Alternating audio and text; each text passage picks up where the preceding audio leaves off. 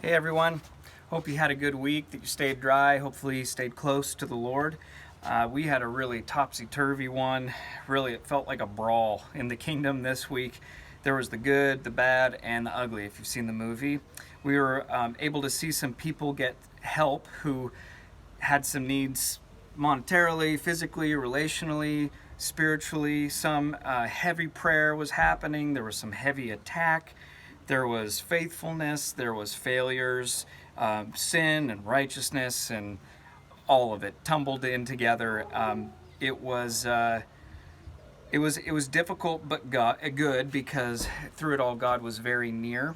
He brought a lot of comfort and that sense of being just a solid rock for us. That no matter how hard things get, no matter how bad we feel about maybe our failures, that He's with us, and there's this unchanging love that He has for us. And no matter what happens in this war that's going on, that He's unbeatable, that He's going to win. And if anything, He's just using all of this to shape us, forms to be more like His Son and to be ready for Him in His kingdom. But make no mistake, the war between good and evil is really raging on right now. People's faith, their souls are being fought for. So I encourage us all to stay engaged, both with God and for each other. I want to ask again this week for your prayer. Please pray more than you usually do with this extra time that we have. I believe strongly that that is where the most give and take, push and pull, victories and losses are happening in the battles right now. I think that we're in a season where, yes, God is always listening, but He's looking to see who might take up the opportunity of extra time to plead with Him, to seek Him, to ask Him with faith. And I believe He's ready to answer many prayers during this time. So be after it. As far as where we're at and what we're going to be doing, I checked in with Kent and Melody in Bloxburg, had them put some feelers out to a couple folks to get the pulse of what's going on, how you guys feel out there. And for the most part, it seems like, hey, let's see how this opening up of Humboldt in the next couple of weeks, see how that goes. And then in the beginning of June, let's see how we feel. Maybe we'll do an outdoor gathering down at the town hall, see how that goes. So we'll check in early June, see if we can do that. That'd be sweet.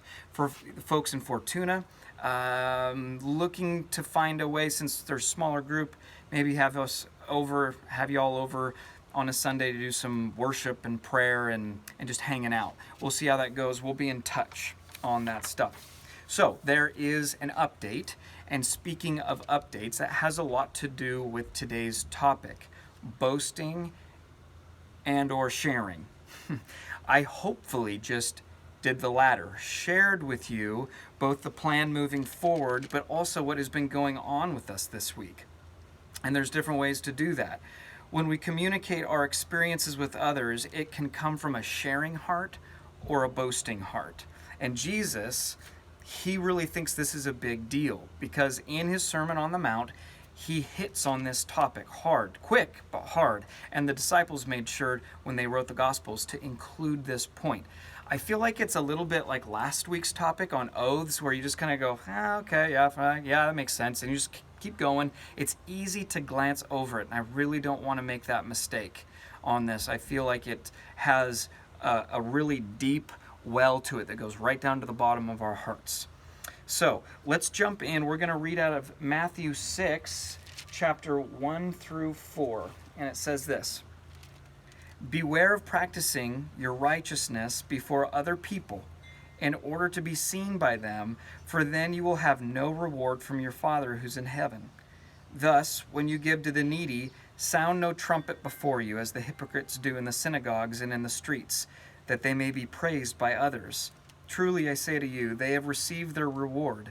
But when you give to the needy, do not let your left hand know what your right hand is doing, so that your giving may be in secret, and your Father who sees in secret will reward you." Now, the title above that passage is called Giving to the Needy. And at some point, scholars got together and they broke down our Bible into chapter and verse and put these little titles here and there in order to help us navigate the scriptures. Super helpful stuff, glad they did it, but this one's a little misdirecting. It doesn't have so much to do with giving to the needy as much as how we give. And more than just giving to the needy, how we do life, how we communicate, how we serve, how we work and act and hang out with people. Jesus is talking about whether or not we do things boastfully or, as he says, in secret, in front of our Father. So, what is the difference? And I'm adding sharing into this. What's the difference between having a boastful life and a secret sharing life? The heart of it, it comes, well, back to the heart. That's where our answer is found. Jesus says, boasting is to be seen by others. So to be noticed, to be someone of note or value. So down at the heart, boasting comes from this need of ours to be valued. We're looking to receive from others, take from them their accolades, their love, their approval of who we are. Boasting is a tool to fill up a hole that we all have on the inside. It's just like a child, when they say, "Mom, Dad, look what I can do," and they like jump off from the table to the couch or whatever it is. On the inside, they're excited about what they're doing, but there's a part of them that's saying, if I do this, they're going to love it and therefore love me. Don't you love me more because I can do this? And it's not a bad thing. It's a natural thing. We all have this hole inside of us. We were built to be loved and to know that we're valued deeply. It's just a matter of where you go to get it. And Jesus is saying you can either go to God for that, your Father, or you can go to people for it. Now, we're going to come back to how you go to God to get your approval. But for now, let's just focus on if we go to get it from other people. So if you go to get it from others, what happens is that it feels good for a moment. And Jesus said in there, well, they get a reward, right? But that's all they get is that reward. And by the way, he says that you can tell that's not a very good reward when you get the accolades from others. Like, oh, you did so great. You are awesome. It's because it's finite. It feels good for a moment. Hey, they like me. Fills that hole, and then it drains out. And you're empty again. And you got to fill it up again and again and again. It just fades. They're finite fillings, and we need an eternal, infinite filling from God, because he's the one who shaped our heart holes that need to feel loved and valued. Only he can fill it correctly so it sustains. And you can see this in what Jesus is saying. He says, if you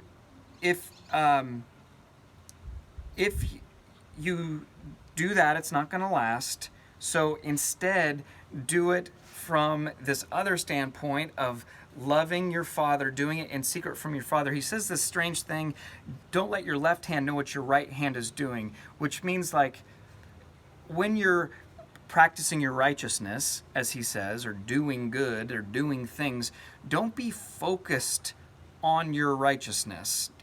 Don't be looking at what your hands are doing and almost kind of marveling, oh man, yeah, I am. This is such a good thing that I'm doing. And see, when we do that, the next step is that we look how to market it for our own good and gain, don't we? We want other people to see so that we can be felt like we're loved and honored, like that's a good person. Oh man, what a good person in our community. That's a good family.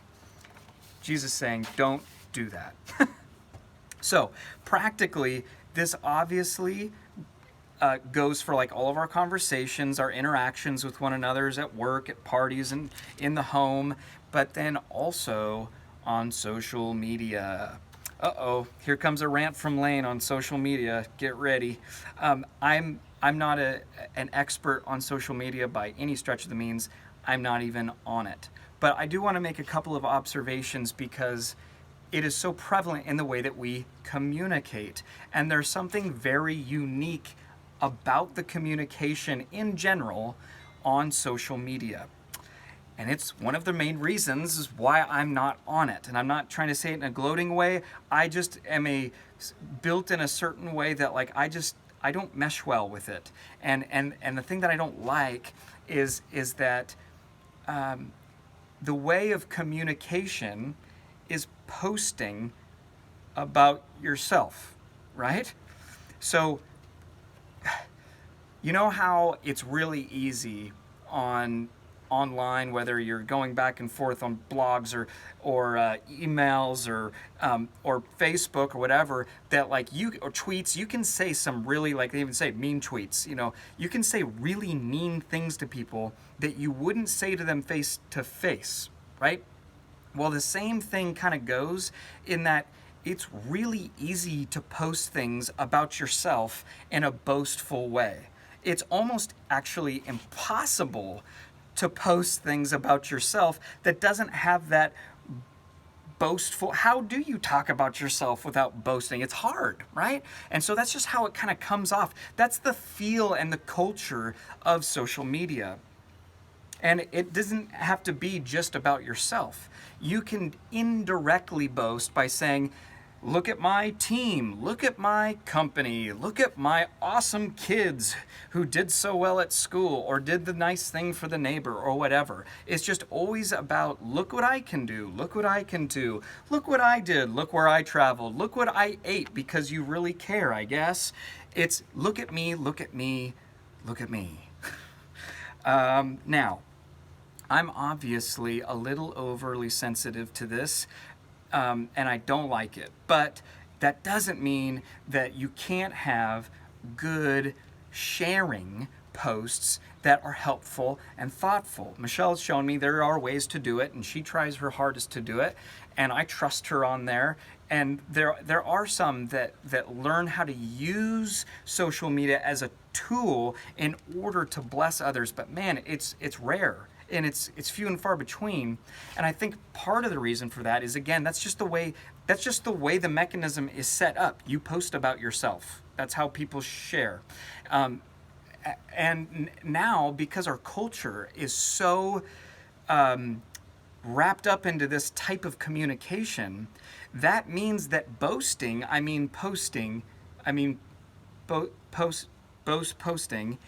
is normal. And so it's going to be really hard for people to be able to sense when they're doing boasting or they're sharing for the goodness of others, right?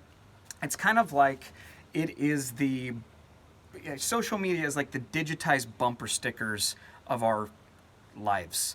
You know, you got the back of the car. It's not really the person up front, right? It's just what they put on the back for people to see. And when's the last time, when you look at bumper stickers, they're almost always some type of boasting about their identity. I'm a hunter, or I have more kids than you do, and they go to this university, and so should yours.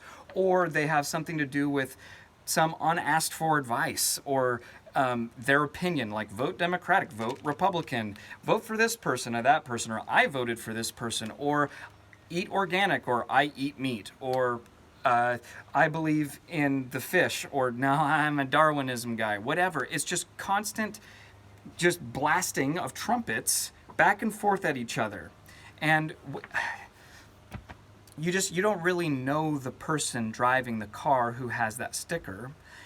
And the sticker it's not really helpful or thoughtful, right? When's the last time you saw a bumper sticker or like a post that was actually like thoughtful, or how are you doing? It's just not the nature of bumper stickers, and it's not the nature of social media. Ouch. So be careful with your posting or your boasting.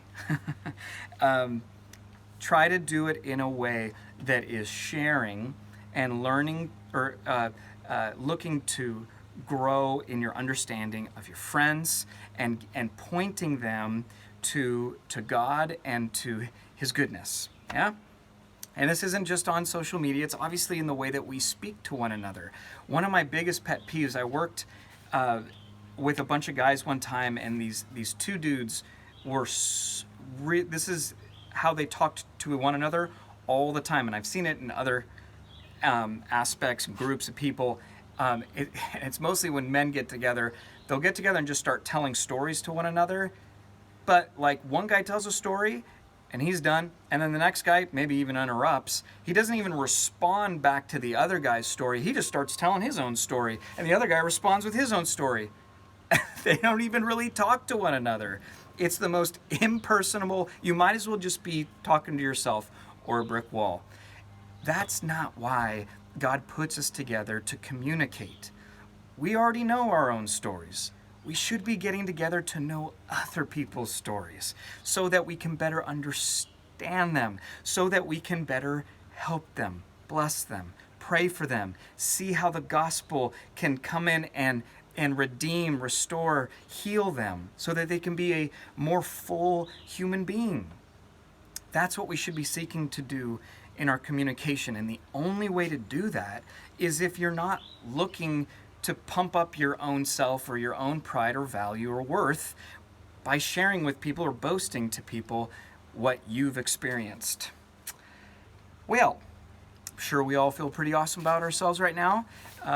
I didn't mean, but I did mean to kind of to put our nose in the dirt a bit. And there's a reason for that. I'm trying to follow our Lord. If you look at what he did in the Sermon on the Mount, he goes through all these topics, and he says this is what the ideal is. This is what humanity, loving God and loving neighbor, looks like. This is a good person. And when you read it, you go, there's no way. I can't do that. And there's a point to that. Jesus says in the heart of the Sermon on the Mount, this is why I came. Because you can't do it. Or at least you can't do it perfectly, nowhere near. But I came to fulfill it all. In his words, he said, I came to fulfill the law and the prophets. That means the entire Bible. I'm going to go do all of it. And he did. So we look to him and go, wow, I can't do it. Look at what he set up. But he did it. I'm going to follow him. I'm going to love him. I'm going to go after him. So how did Jesus fulfill this whole boasting versus sharing, living in secret before his Father issue? Well, it's pretty shocking. So think about Jesus. Here's this perfect man, right? He's like the only guy who should get a gajillion likes on Facebook. He's the richest, comes from heaven. He's the most powerful, created the world, and he's the most loving. He created us in his image, and we rebelled against him, and he came down to like fix us, heal us, be with us, because he loved us. So he's like the best of the best of the best of all existence. So he would have like a rad social media page, whatever it was, whenever he chose, right? But that's not what he does. Almost every single time he does something miraculous for somebody, he says, don't tell anybody. Do you believe that I'm the Christ? You do? Good. Don't tell anybody. Why does he do that? There was a plan. He had a plan. He couldn't be taken and rushed to be a king too quickly, and he didn't want people to think that he was like a Roman king. He came with a different type of plan.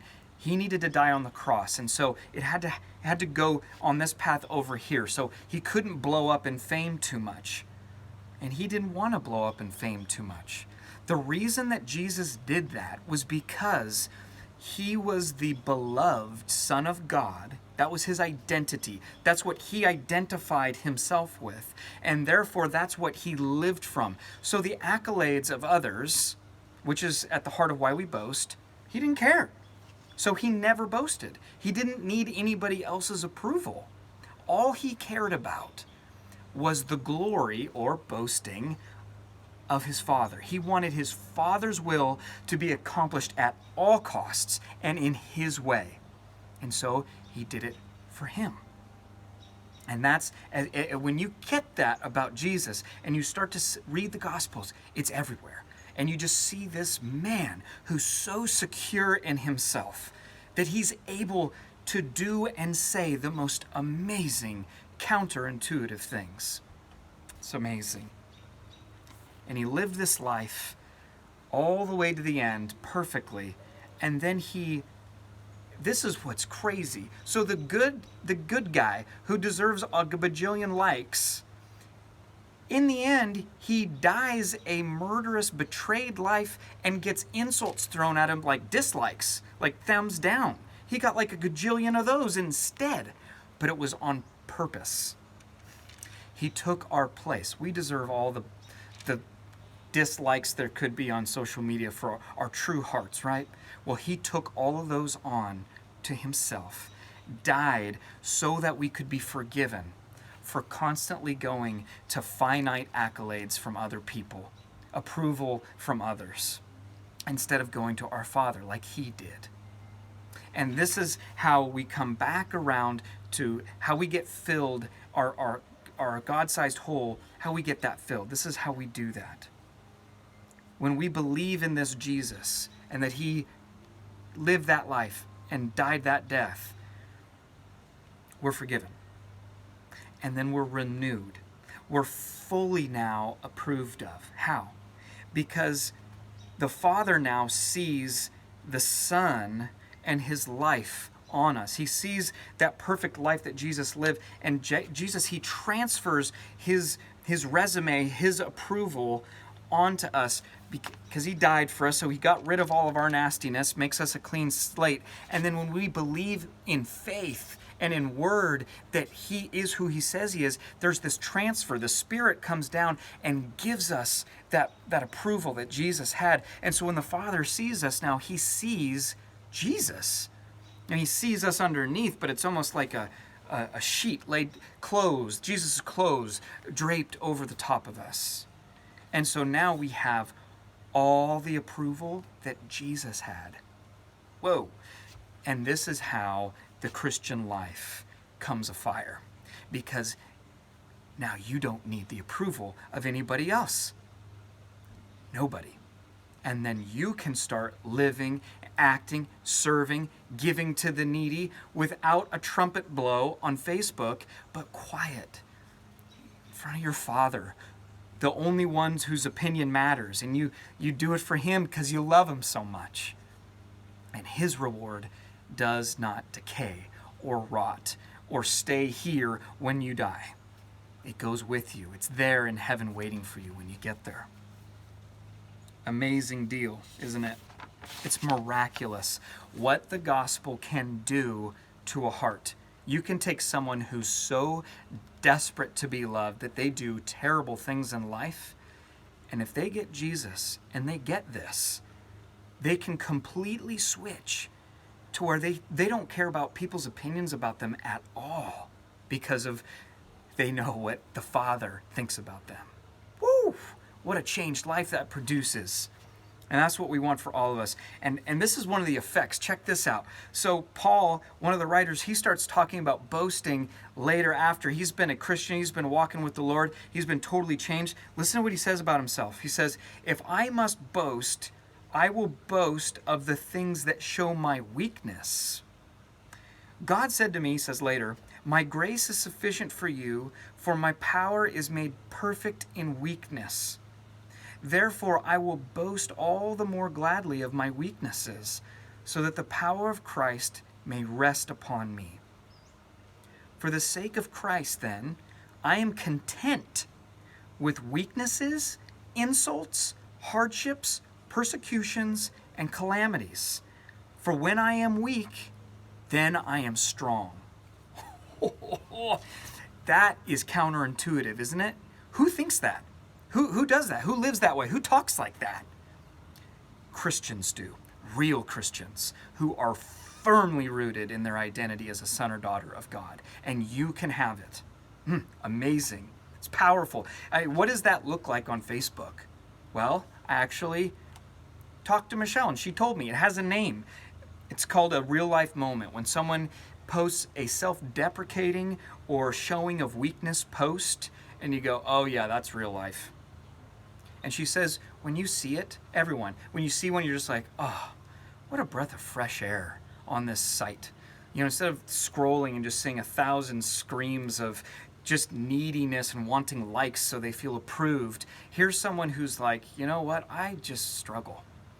And there's just some beauty in it. There's power. It's a secret key of the kingdom.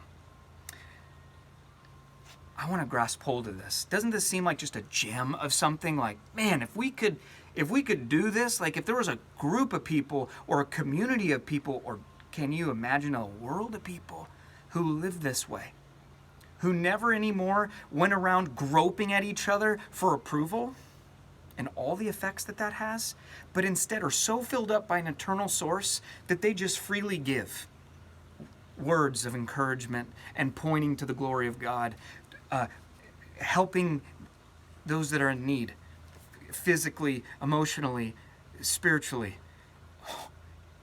It's heaven. That's what Jesus came down to start creating amongst the communities he was amongst. And that's what he sends us out to do, to create church. That is the church. That should be the life of the church. Let's seek to build that. Let me send you off with this. That we boast only two things. One, our weaknesses. And two, of the one person in the universe that actually deserves to be boasted upon, that deserves boasting, and that's God. Again, from 2 Corinthians, let the one who boasts boast in the Lord, for it is not the one who commends himself who is approved, but the one whom the Lord commends. And this last word from God in Jeremiah, let him who boasts boast of this, that he understands and knows me, that I am the Lord who exercises loving kindness, justice, and righteousness on earth. For I delight in these things, declares the Lord. Be blessed, church. I pray that you are filled with approval from God because of what Jesus did for you, and that you are able to live from that place, both for your own peace and joy and for the blessing of others. All right, until next time.